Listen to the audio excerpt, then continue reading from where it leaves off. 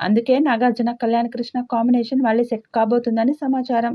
ఇక గత కొంతకాలంగా దర్శకుడు కళ్యాణ్ కృష్ణ కూడా ఎలాంటి సినిమాలు చేయకుండా 'బంగారాజు' సీక్వెల్ కథ మీదే ఎక్కువ దృష్టి పెట్టినట్టుగా తెలుస్తుంది. ఈసారి పాన్ ఇండియా స్థాయిలో హిట్ కొట్టడానికి కథను స్క్రీన్ పైన దర్శకుడు రెడీ చేస్తున్నాడట.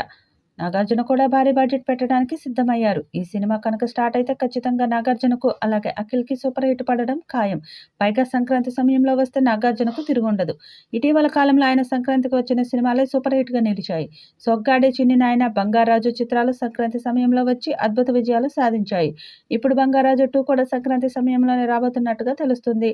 ఈ ఏడాది మొత్తం షూటింగ్ చేసి వచ్చే ఏడాది జనవరి 14న సినిమా విడుదల చేసేలా నాగార్జున ప్లాన్ చేస్తున్నారట. మరి 'బంగారాజు 2' పై వస్తున్న వార్తలు నిజమై త్వరలోనే ఈ తండ్రి కొడుకుల ప్రాజెక్టు స్టార్ట్ అవ్వాలని అక్కినేని ఫ్యాన్స్ కూడా కోరుకుంటున్నారు. మరి 'బంగారాజు' సీక్వెల్ మీద అప్డేట్‌ని నాగార్జున ఎప్పుడు ప్రకటిస్తారో చూడాలి.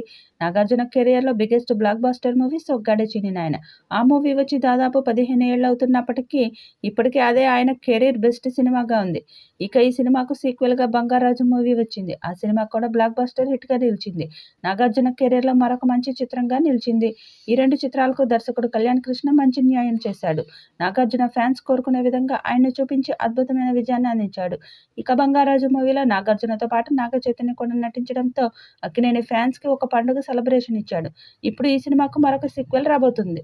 'బంగారాజు 2' త్వరలోనే స్టార్ట్ చేయబోతున్నట్టుగా ఫిల్మ్ నగర్ సమాచారం. ఇక ఈ చిత్రంలో అక్కినేని అఖిల్ కూడా నటించబోతున్నట్టుగా తెలుస్తుంది.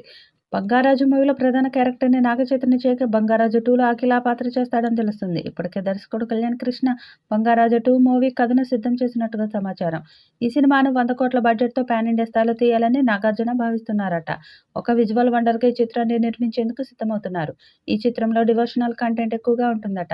'బంగారాజు' కుటుంబం తమ కులదైవమైన శివాలయంలోని నిధులను కాపాడుతూ వస్తూ ఉంటుంది.